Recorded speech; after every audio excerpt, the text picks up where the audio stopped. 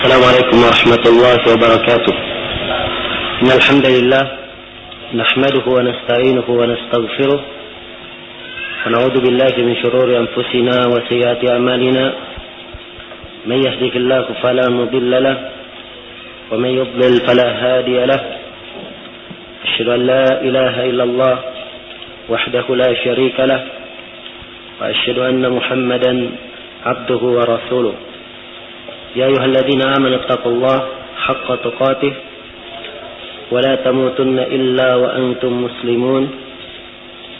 يا أيها الناس اتقوا ربكم الذي خلقكم من نفس واحدة وخلق منها زوجها وبث منهما رجالا كثيرا ونساء واتقوا الله الذي تساءلون به والأرحام إن الله كان عليكم رقيبا. يا أيها الذين آمنوا اتقوا الله وقولوا قولا سديدا يصلح لكم أعمالكم ويغفر لكم ذنوبكم ومن يطع الله ورسوله فقد فاز فوزا عظيما. أما بعد فإن أصدق الحديث كتاب الله وخير الهدي هدي محمد صلى الله عليه وآله وسلم وشر الأمور محدثاتها فإن كل محدثة بدعة وكل بدعة ضلالة وكل ضلالة في النار. Segala kebaikan yang dia ketahui untuk umatnya wajib. Ya, segala kebaikan yang diketahui untuk umatnya wajib dia beritahukan. Ya. Dan wajib atas Nabi ini untuk memperingatkan kepada umatnya meninggalkan segala kejelekan yang dia tahu itu jelek bagi umatnya. Karena itu agama kita adalah agama yang sempurna. Kalaupun ada orang yang di dalam sebagian perkara dia merasa tidak menentukan atau tidak menemukan tuntunan agama di dalam perkara itu, maka itu asalnya karena dangkalnya pengetahuannya terhadap agama atau ketidakmampuannya menggali mutiara-mutiara yang indah yang terkandung di dalam agama kita, atau dia adalah orang yang tidak memahami agama dengan baik. Maka harus menjelekkan diri kita, tidak menjelekkan agama. Sebab agama kita adalah agama yang telah sempurna, segala sesuatu dijelaskan dan diterangkan. Apa saja diterangkan. Ya. Sampai-sampai sebagian para ulama menyebutkan satu kisah. Katanya ada orang yang berilmu, seorang alim, dia makan di sebuah restoran atau di rumah makan. Maka ada orang non-Islam atau orang Nasrani datang kepadanya lalu bertanya. Ya. Dia bertanya. Katanya di dalam agama kalian segala sesuatu telah diterangkan dan dijelaskan. Kata si alim ini, iya benar. Ia jawab dengan tegas, benar. Telah diterangkan segala sesuatu. Maka dengan nada merendahkan dan mengolok-olok, si non-muslim ini berkata kepada si alim, baiklah, tunjukkan kepada saya dalil dari tuntunan agamamu, dari apa makanan ini terbuat, makanan yang di depanmu. Ya. Dari mana terbuat? Kira-kira ada yang bisa kasih dalil? Dari mana makanan? Misalnya nasi campur, terbuatnya dari apa? Ya. Apa dalilnya? Menunjukkan dia terbuat dari ini. Ya. Maka si alim ini berkata, iya, agama kami telah menjelaskan semua itu. Ada tuntunannya. Ya, kata si alim, panggil tukang masaknya. Dipanggil tukang masaknya, ditanya, ini terbuat dari apa? Ya, diterangkan semua ini terbuat dari apa. Kemudian si alim berkata, Allah Subhanahu wa taala berfirman, "Fas'alu ahla dzikri in kuntum la ta'lamun." Tanyalah kepada orang yang tahu kalau memang kalian tidak mengetahui. Ya. Ada tuntunannya dalam agama. Ya. Maka segala sesuatu ada tuntunannya. Ya. Cuman kadang seorang dalam melihat dalil atau memandang dalil kurang pandai untuk mengeluarkan pendalilan-pendalilan dan mutiara ilmu darinya. Nah, disinilah letak kesempurnaan agama kita. Segala sesuatu diatur, segala sesuatu dijelaskan, dan yang berkaitan dengan kebahagiaan hidup yang sangat didambakan oleh setiap insan sangat diterangkan di dalam syariat Islam. Karena itu saya katakan tadi, bahwa permasalahan ini kalau kita uraikan dalam beberapa pertemuan dan beberapa pertemuan lagi, itu tidak akan habis uraiannya. Sebab dasar syariat kita adalah syariat yang merupakan rahmat untuk semesta alam. Wa ma arsalnaka illa rahmatan lil alamin. Tidaklah kami mengutus engkau Nabi Muhammad kecuali sebagai rahmat untuk semesta alam. Pasti menerangkan seluruh hal ini, menerangkan hal-hal yang merupakan kebaikan untuk makhluk, kebahagiaan untuknya, keberhasilan dan ketentraman tatkala ia melakukan apa-apa yang telah digariskan dan ditetapkan oleh syariatul Islam.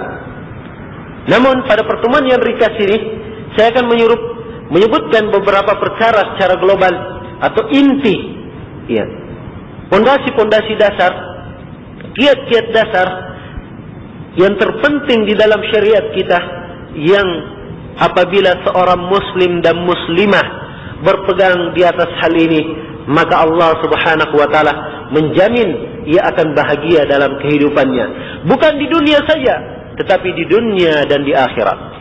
Di dunia dan di akhirat. Iya. Kiat yang pertama, jalan yang pertama untuk meraih kebahagiaan hidup adalah dengan mempersiapkan, membenahi keimanan dan amalan saleh.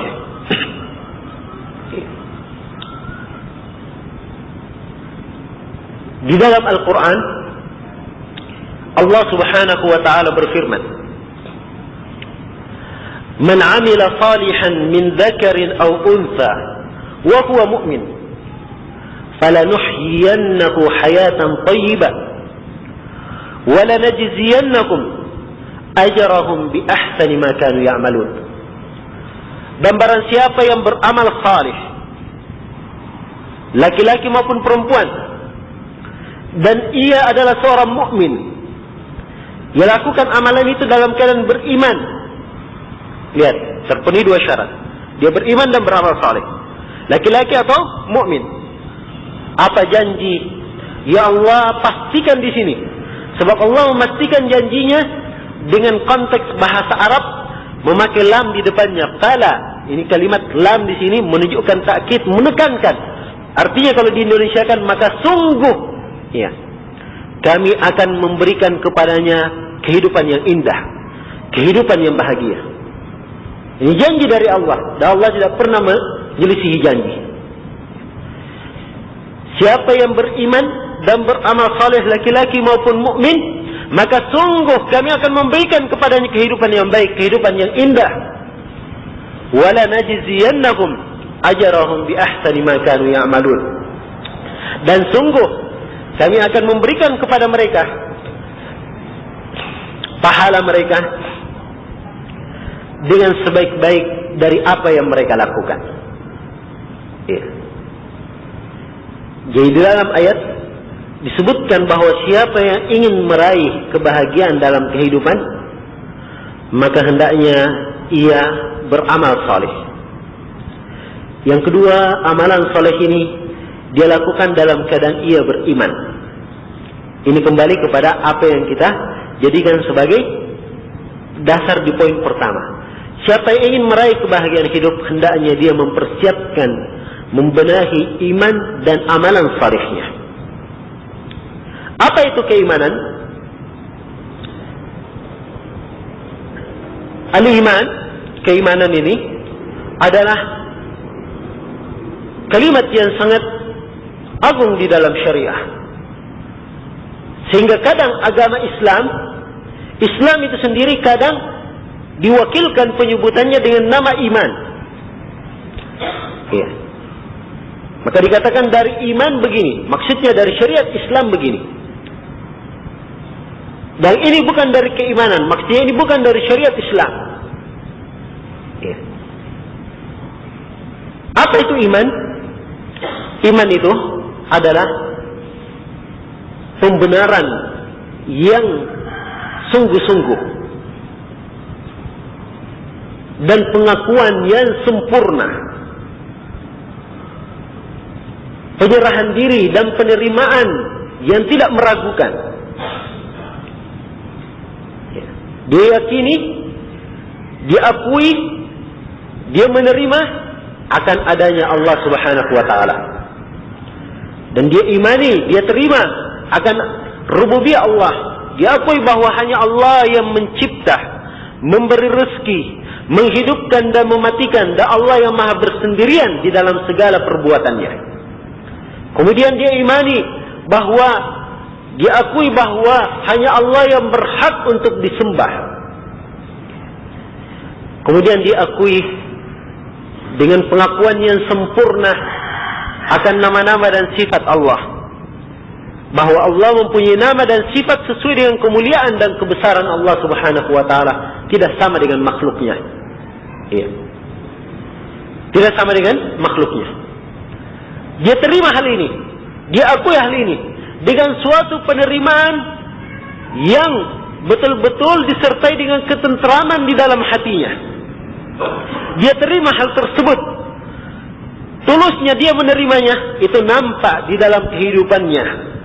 Nampak di dalam kehidupannya tatkala ia menjalankan perintah Allah dan menjauhi segala larangannya. Ya. Dan juga dia menerima dan mengakui bahwa Nabi Muhammad adalah Rasul Allah dan penutup para Nabi dan para Rasul. Ya. Terikat ketaatan kepada beliau, taat kepada beliau pada apa yang beliau perintahkan, kemudian meninggalkan segala yang beliau larang. Ya. Ini makna iman secara lengkap. Ini iman secara lengkap, secara umum. Dan kadang didefinisikan iman dengan definisi yang lain.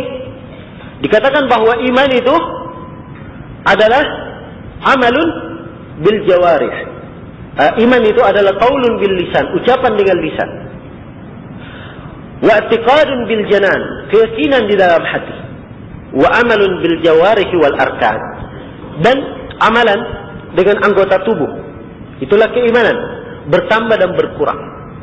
Bertambah dan berkurang. Ini definisi keimanan. Kemudian amalan saleh itu apa? Apa yang dikatakan amalan saleh? Amalan saleh itu adalah amalan yang terpenuhi padanya dua syarat. Kapan amalan itu terpenuhi dua syarat, maka dia dikatakan amalan saleh. Tidak terpenuhi dua syarat, maka dia bukan amalan yang saleh. Syarat yang pertama, amalan itu dia lakukan dalam keadaan ikhlas,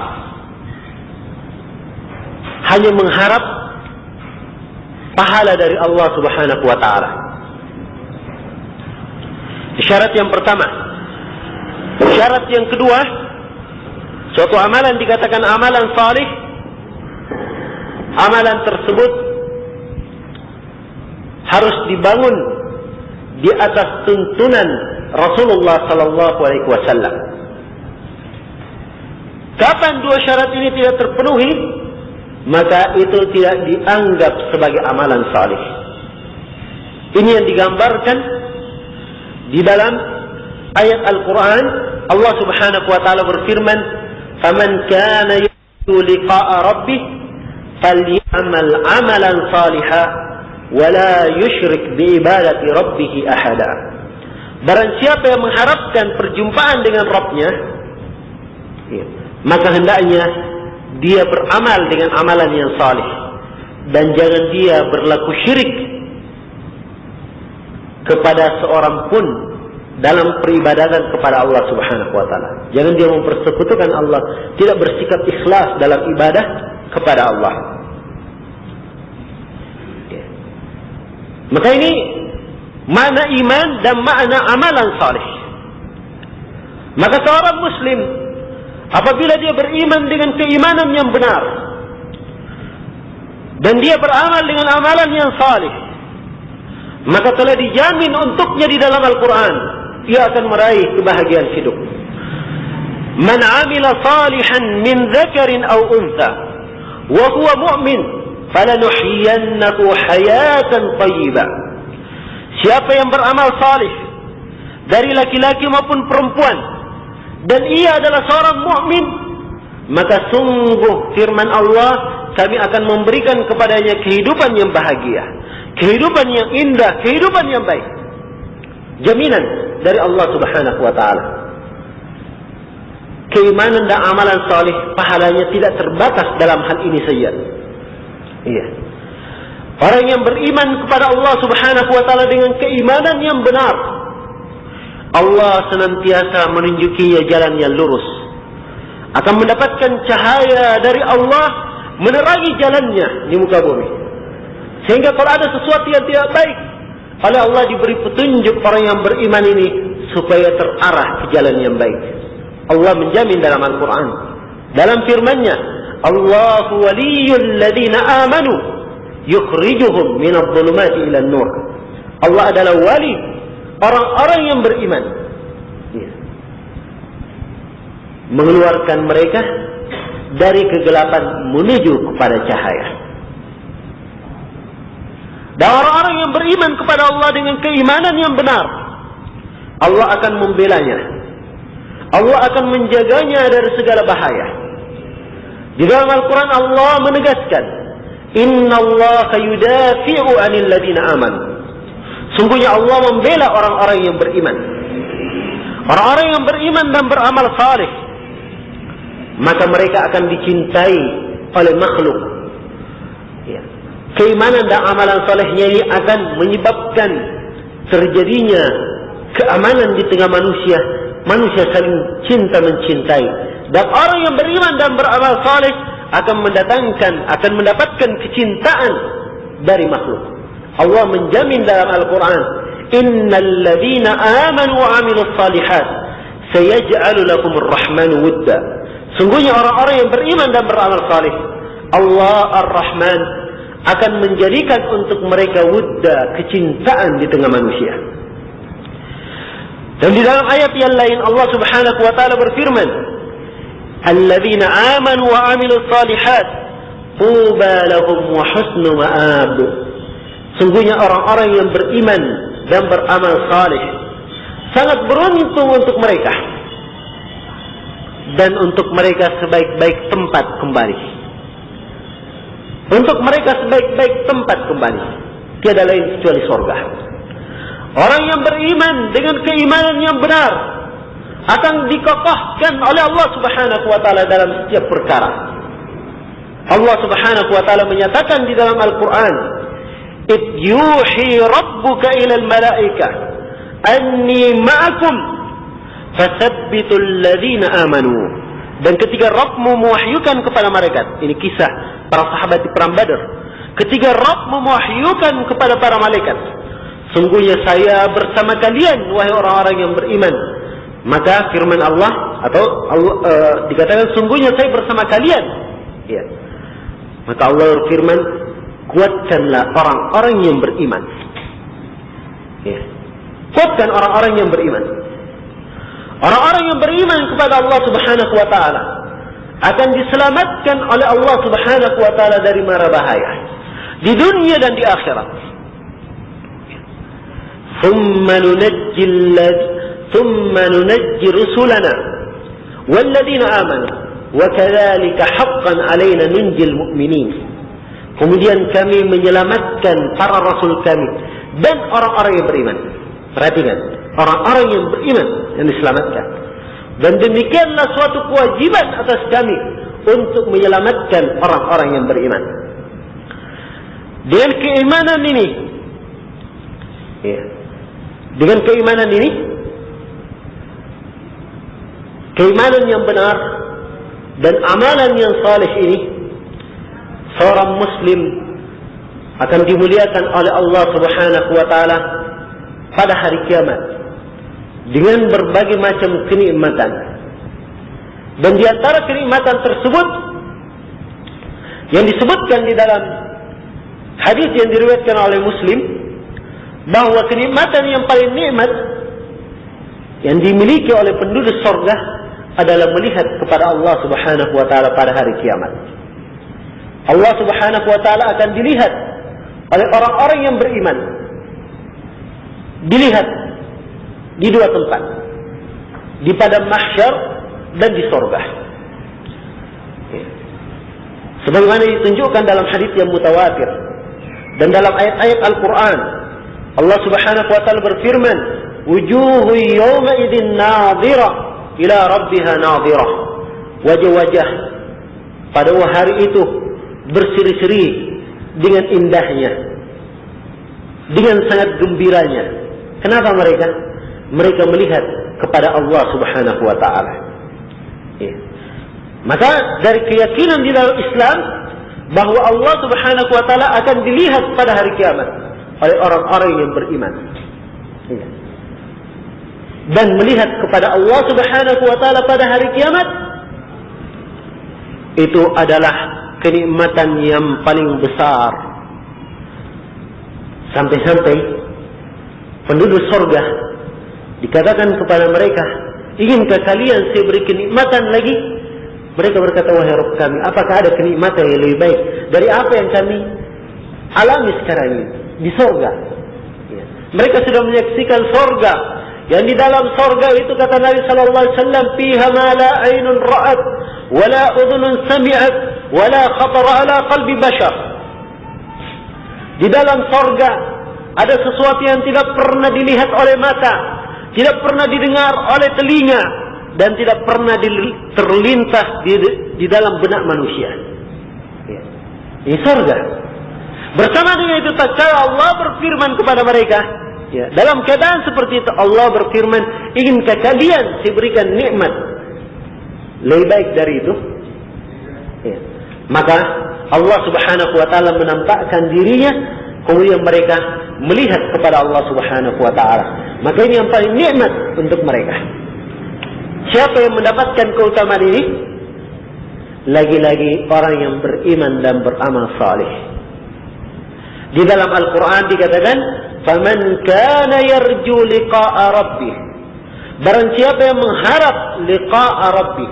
Liqa' di sini ditafsirkan dengan dua penafsiran oleh para ulama as-salaf, ahli tafsir. Penafsiran yang pertama, liqa' bermakna menghadap kepada Allah. Penafsiran yang kedua, liqa' bermakna akan melihat kepada Allah Subhanahu wa Ta'ala. Ya. Jadi siapa yang mendapatkan keutamaan ini? Ada syaratnya. Dikatakan falya'mal amalan salihah. Satu. Dan dia beramal dengan amalan salih. Wala yusyrik bi'ibadati rabbih ahada. Dan jangan sekali-sekali dia berbuat kesyirikan di dalam peribadatan kepada Rabb-Nya. Iya. Menunjukkan bahwa dia beriman dengan keimanan yang benar. Beriman akan adanya Allah Subhanahu wa Ta'ala.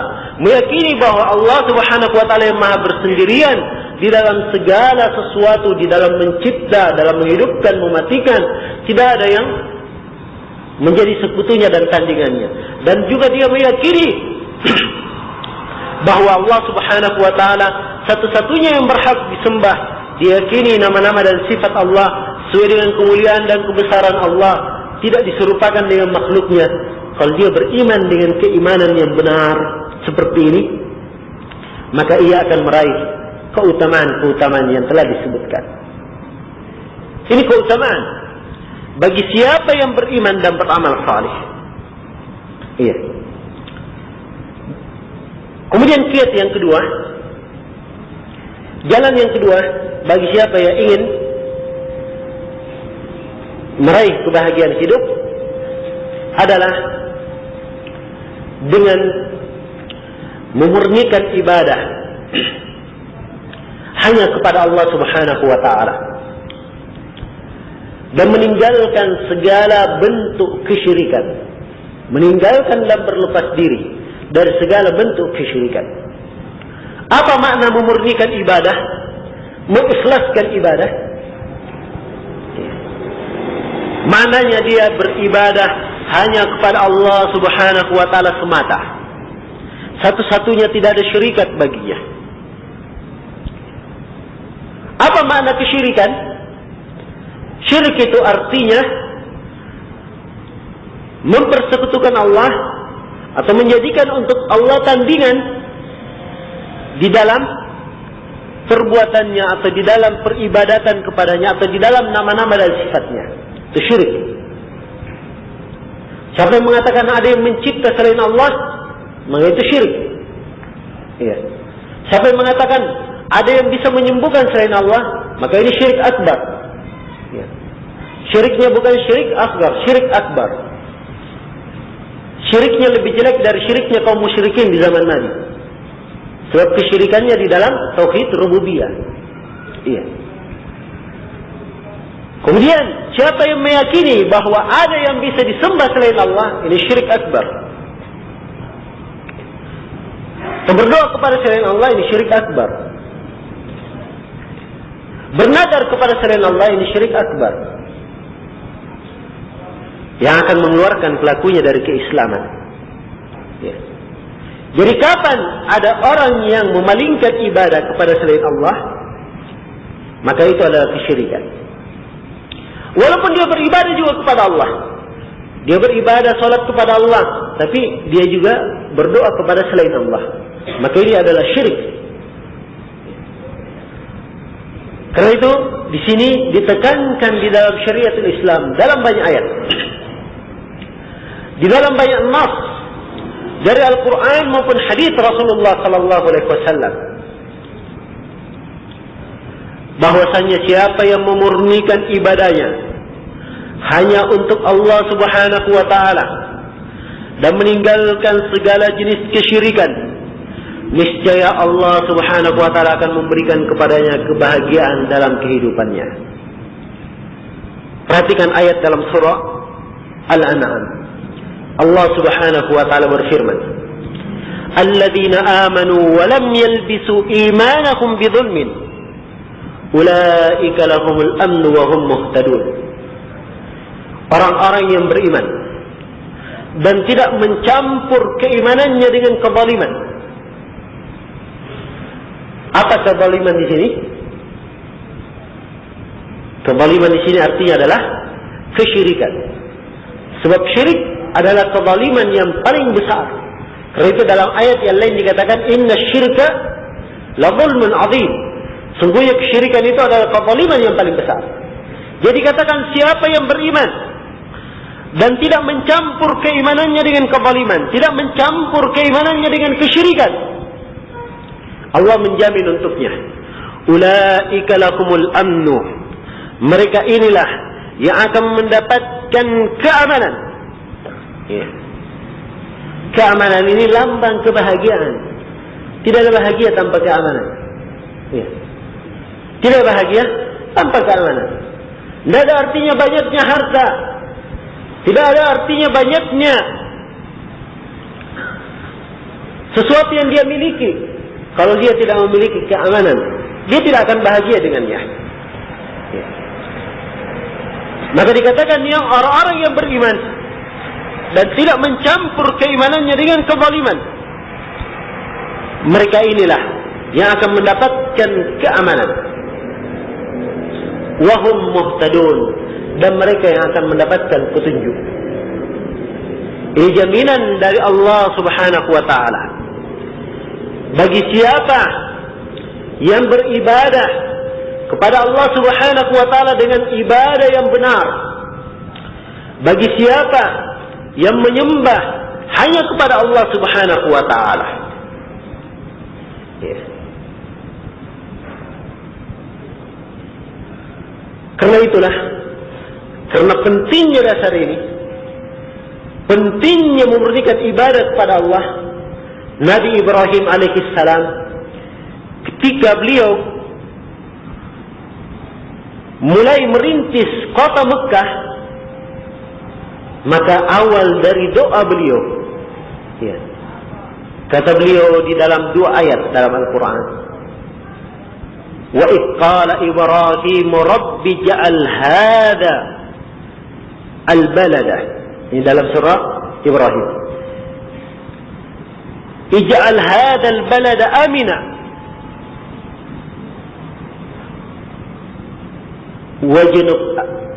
wajnubni atau wajnubna an na'bud al-asnam rabbi innahunna adlalna katsiran minan nas. Dan ketika Nabi Ibrahim alaihissalam, dikatakan dalam Al-Quran, dan ketika Nabi Ibrahim berkata kepada kaumnya, Atau ketika Nabi Ibrahim berkata, wahai Rabbku, ya Allah, jadikanlah negeri ini sebagai negeri yang aman. Wajnubni wa baniya an na'budal asnam. Dan jauhkanlah saya dan anak-anakku, keturunanku dari menyembah patung. Rabbi innahunna adlalna katsiran minan nas. Wahai Rabb, sesungguhnya mereka telah menyesatkan banyak manusia. Beliau betul-betul sadar bahwa suatu negara, suatu kota, suatu negeri tidak akan tentram dan tidak akan bahagia penduduknya kecuali tatkala mereka mendapatkan ini, mendapatkan keamanan, tidak melakukan kesyirikan, tidak menyembah patung. Kapan mereka melakukan kesyirikan, pasti tidak akan bahagia. Pasti tidak akan mendapatkan kebahagiaan. Dia sangat sadar akan hal tersebut. Karena itu awal kali beliau berdoa, ya, dengan doa ini. Dan ini adalah perkara yang sangat penting, jamaah. Menanamkan tauhid, memurnikan tauhid, memurnikan ibadah hanya untuk Allah Subhanahu wa taala dan berlepas diri dari segala jenis kesyirikan. Karena pentingnya hal ini dan besarnya manfaatnya untuk manusia dan dahsyatnya siksaan Allah dan bencana Allah bagi siapa yang melanggarnya. Ini adalah misi diutusnya para nabi dan para rasul. Setiap nabi dan setiap rasul diutus oleh Allah Subhanahu wa taala dengan misi ini. Di dalam Al-Quran Allah Subhanahu wa taala berfirman, "Wa laqad ba'atsna fi kulli ummatin rasula an i'budu Allah wa wajtanibut taghut." Sungguh kami telah mengutus pada setiap umat seorang rasul. Misinya apa? Hendaknya kalian, wahai rasul, menyampaikan kepada umat kalian, "U'budullah, sembahlah Allah. Sembahlah Allah, wajtanibut taghut." Dan tinggalkanlah taghut, segala sesuatu yang disembah selain dari Allah. Dan juga Allah Subhanahu wa taala berfirman, "Yunazzilul malaikata birruhi min amri ala man yasha'u min ibadi an anziru annahu la ilaha illa ana fattaqun."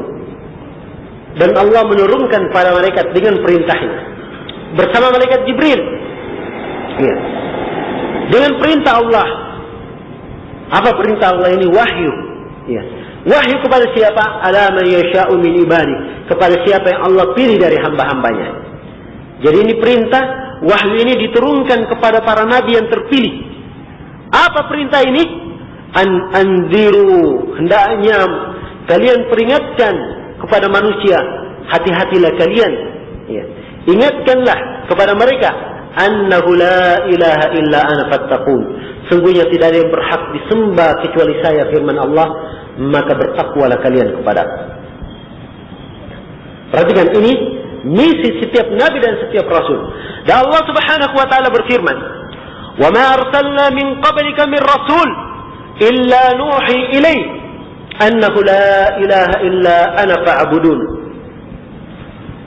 Dan tidaklah kami mengutus sebelum engkau, wahai Nabi Muhammad, seorang rasul pun kecuali kami wahyukan kepada rasul ini, hendaknya dia menyerukan, tidak ada yang berhak disembah kecuali saya, firman Allah, maka hendaknya kalian hanya beribadah kepada aku.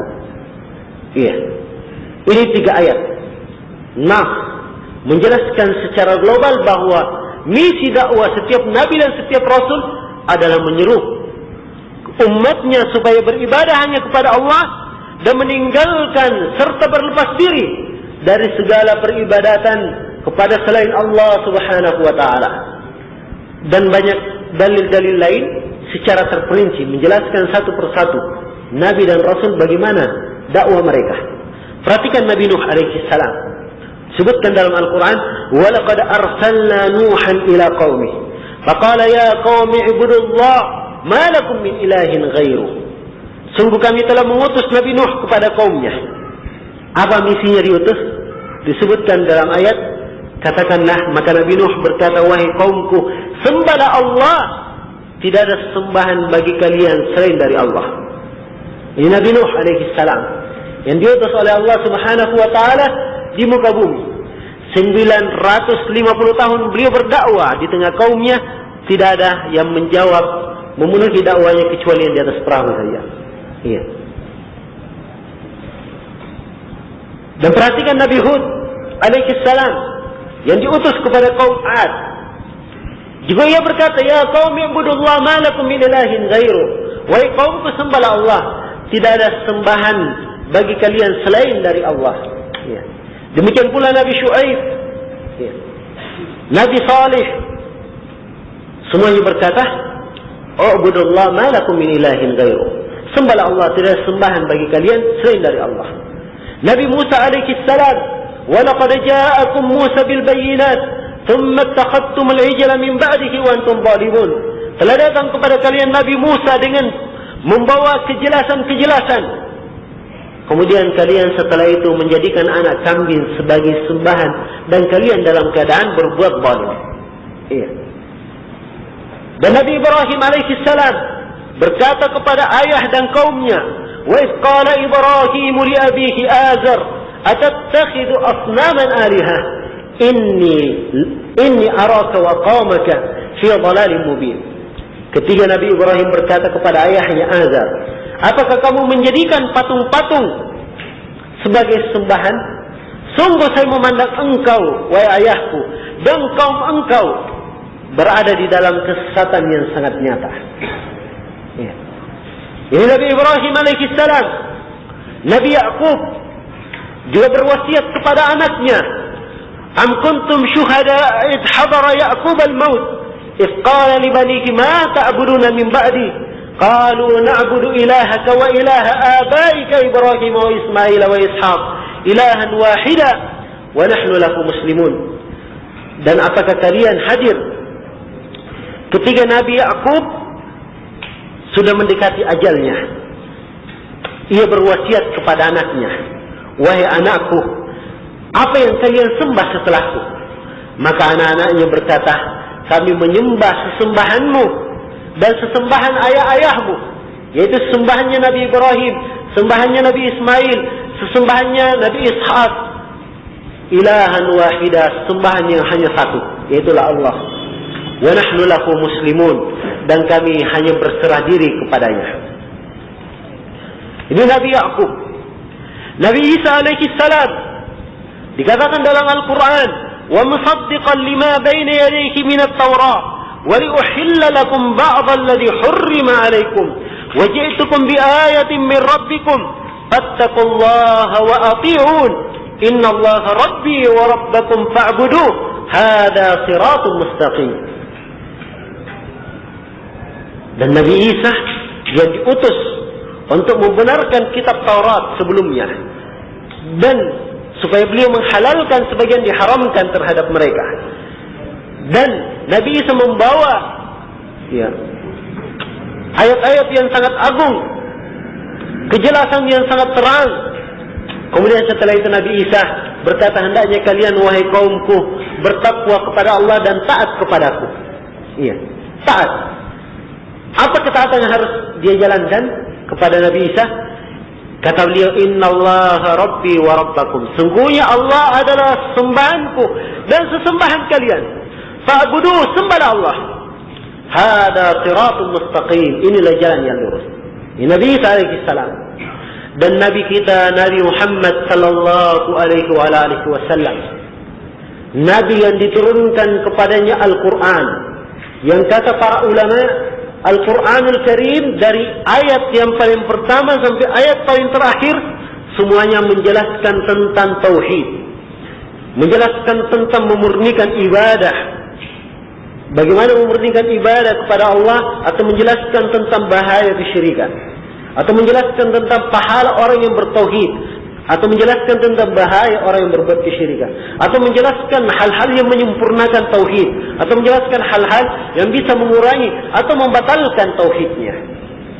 Ini ayat Al-Quran dari awal sampai akhirnya. Ya. Dan Nabi sallallahu alaihi wasallam, beliau yang diperintahkan dalam Al-Quran, "Qul innama ana basyarum mithlukum yuha ilayya annama ilahukum ilahu wahid." Katakanlah sungguhnya saya hanyalah manusia seperti kalian. Katakan wahai Nabi Muhammad kepada kaummu bahwa saya hanyalah manusia seperti kalian. Diwahyukan kepada saya bahwa sembahan kalian hanyalah sembahan yang satu.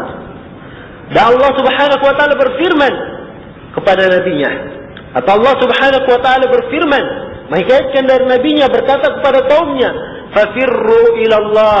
Wahai kaumku, kembalilah kalian kepada Allah. Inni lakum minhu nadhirun mubin. Sungguhnya saya untuk kalian adalah pemberi peringatan yang sangat jelas. Wala taj'alu ma'allahi ilahan akhar. Dan jangan kalian membuat sembahan lain bersama Allah. Inni lakum minhu nadhirun mubin. Sungguhnya saya adalah peringatan yang sangat jelas terhadap kalian. Ya. Dan beliau yang diperintah untuk berucap, "Qul ya ayyuhal kafirun, la a'budu ma ta'budun, wa la antum 'abidun ma a'bud, wa la ana 'abidun ma 'abadtum, wa la antum 'abidun ma a'bud. Lakum dinukum waliya din." Katakanlah wahai Muhammad, wahai orang-orang kafir, saya tidak menyembah apa yang kalian sembah, dan tidak pula kalian menyembah apa yang aku sembah, dan tidaklah saya menyembah apa yang kalian sembah, dan tidak pula kalian menyembah apa yang aku sembah. Bagi kalian agama kalian dan bagiku agama. Nabi Muhammad sallallahu alaihi wasallam yang beliau awal kali diutusnya berdiri di atas gunung, memperingatkan kaumnya dengan suara yang keras, memperingatkan umatnya dari kalangan jin dan manusia supaya mereka masuk ke dalam Islam. Ucapan beliau ringkas dalam riwayat Imam Ahmad, "Ya qaumi qulu la ilaha illallah tuflihu." Wahai kaumku, ucapkan la ilaha illallah, kalian akan beruntung. Ya.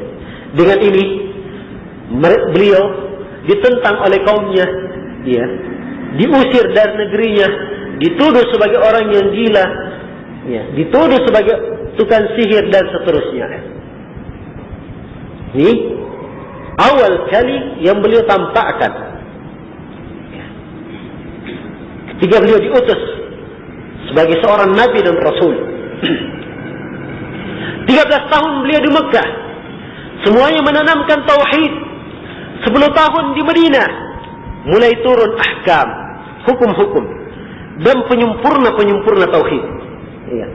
Di akhir hayatnya Nabi SAW mengingatkan umatnya dari suatu bahaya yang bisa membahayakan tauhidnya, bisa membahayakan kemurnian ibadahnya.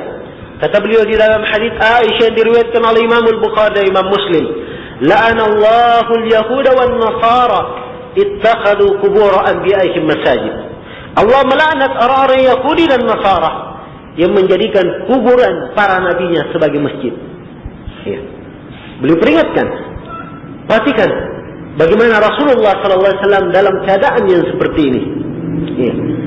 Ini menunjukkan tatkala kita tahu bahwa misi dakwah para nabi dan para rasul adalah mewujudkan tauhid untuk memurnikan ibadah kepada Allah dan supaya seluruh manusia berlepas dari segala jenis kesyirikan.